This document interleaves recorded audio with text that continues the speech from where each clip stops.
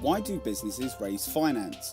Well, most businesses will need some way to start up and they'll need to have some kind of financial input. So that's going to be the first reason. Other reasons that follow subsequently are going to be the operational expenses or the cash flow of the business, maybe to buy some stock, maybe to pay for employees' wages and salaries. Then there's going to be an advertising cost, marketing, not just to retain existing customers, but also to attract new customers and to upgrade facilities. So to improve the efficiency, for instance, maybe upgrading the internet connections or maybe upgrading the PCs to make them work faster, or maybe employing some new methods to improve manufacturing processes. Also to expand the business and grow it beyond its current status, and to pay off any debts with any creditors that may be owed, which if unpaid would lead to the closure of the business.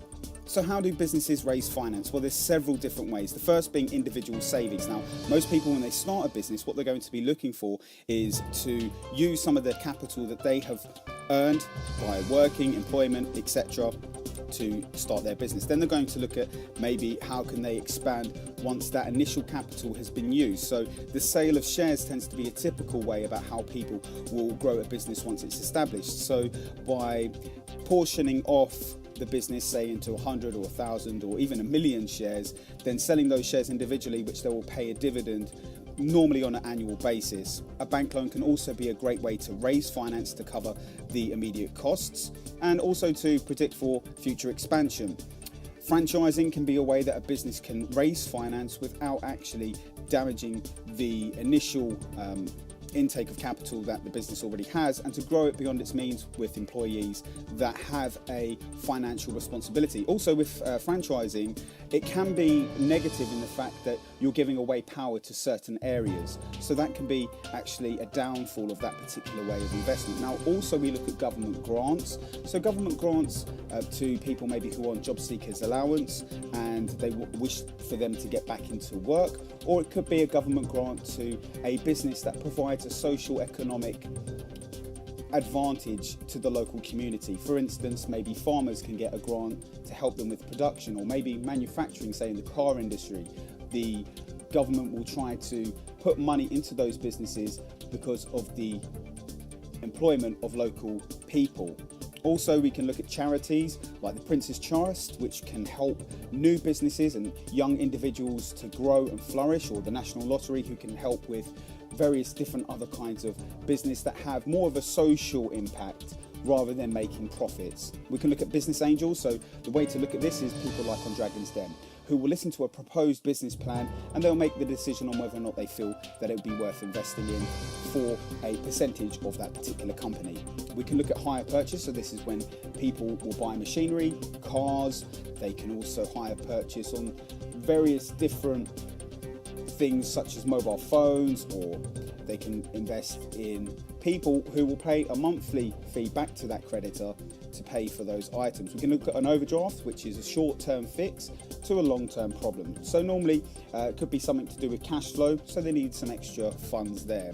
We can also look at trade credit, normally 30 days, in which the business will ask for credit. Maybe it's an arranged plan with most of people who do business, that they get 30 days on the raw materials that are used to manufacture their product. And also we can look at factoring. So this is when we sell a bill to a bank. For instance, a mobile phone company may have a bill with someone for £80 per month. They may say to the bank who are asking them for money, well, would you accept this bill who's going to pay me £80 every month for his contract as payment? And normally they'll offer something quite less. So if the bill itself is worth £80, maybe the bank just pays £50. So there's long-term and short-term finance. Short-term is that which occurs within a year, and long-term finance is that which occurs over 1 year.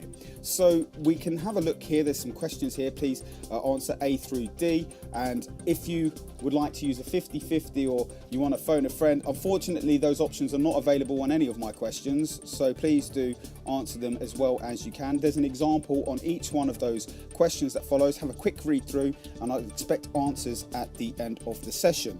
So we can also look at external and internal sources of finance. External is very straightforward in that it comes from outside the business, includes banks, credit and borrowing, individuals, and it also includes customers.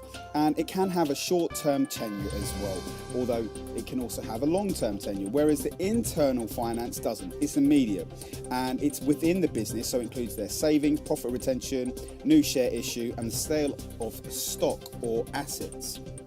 Source of finance, external short-term includes overdrafts, so from the bank, trade credits, normally 30 days, and factoring, selling bills. The external long-term, owners' savings, loans, debentures, mortgages, hire purchase, grants. Anyone got any questions about any of those? Fantastic. Okay, so let's have a look at some of the examples of internal sources. Again, there's questions and there's multiple choice A through D. Please do circle the one which you feel is the most applicable to those situations. So please give examples and write down as many things as you possibly can. So the next slide here, we have all the sources of finance which we have discussed.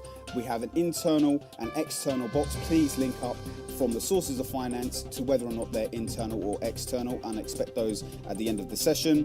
Differences between creditors and debitors. So creditors, they lend businesses money and they will tend to ask for a security. So for instance, if I wanted to lend enough money to finance my business, maybe the bank says yes, as long as your house is on the line, so my house will be at risk. Then debtors, they owe money to the businesses, and they may be given incentives, maybe loyalty cards, to lend from that business or to buy products. Maybe they get a 20% discount if they choose to buy on credit. Those tend to be typical examples about how they work.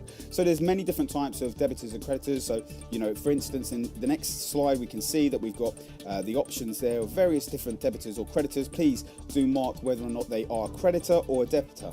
Now, some of them are going to be both. For instance, a wholesaler can be a creditor and a debtor. For instance, they may give us credit if it's a warehouse that is giving us the product, the raw materials, in which case they can be a creditor. We owe them money, they have credit with us. Or they could be a debtor. In fact, we've given our product to that warehouse and they're going to be selling it on, and we have given them 30 days credit. So there can be a crossover, but it's always very clear to note the individual at that time, whether or not they're a creditor or a debitor. That's everything for sources of finance. We've gone through everything A to Z. If you have any questions, please do email.